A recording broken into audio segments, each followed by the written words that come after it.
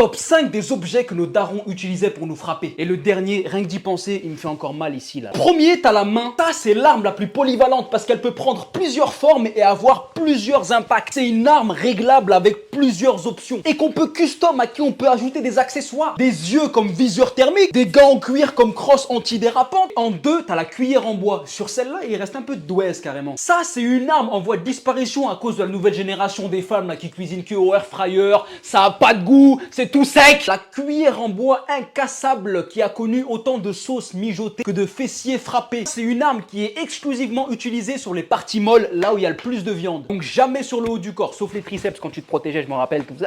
3, t'as les câbles de prise ou bien les chargeurs. Crois-moi, si t'avais oublié la bêtise que t'avais faite après un coup de prise, bah tout d'un coup, t'étais bien au courant. Je me souviens, c'était autant l'impact qui faisait mal que le bruit qu'il faisait quand il fendait l'air en deux avant d'atterrir sur ta peau bien déshydratée. Surtout celui de la Play 2. Oh. C'est là où je me suis dit, ah ouais, PlayStation, y a pas de doute, vos produits, c'est vraiment de la qualité. Quatrième arme, la ceinture. Même moi, je me suis fait peur. Suivant la marque de la ceinture, tu savais si ça allait être douloureux ou pas. Et j'ai un message à faire passer. Rivaldi, vous avez mis quoi à l'époque dans vos ceintures pour qu'elles soient aussi dures et affligeantes? Ceinture, c'était l'arme la plus maniable, je me souviens. Je dirais que les darons ont fait des cours de maniement de la ceinture. Tu les voyais manipuler l'engin. Bruce Lee à côté, c'était un petit peu de Savigny le Temple. Pour finir, on a la sandale. Non, vous m'avez pas bien écouté. J'ai pas dit la claquette, j'ai pas dit la pantoufle, j'ai dit la sandale. Sandala. Avec la semelle en pétrole fondu, plastique renforcé, tu pouvais blesser un ours polaire avec. L'avantage avec cette arme, je me souviens, c'est que peu importe où se trouvait l'ennemi ou la victime, tu pouvais la toucher. Frappe au corps, tir à bout portant, tir longue portée. Fallait voir comment il visait bien.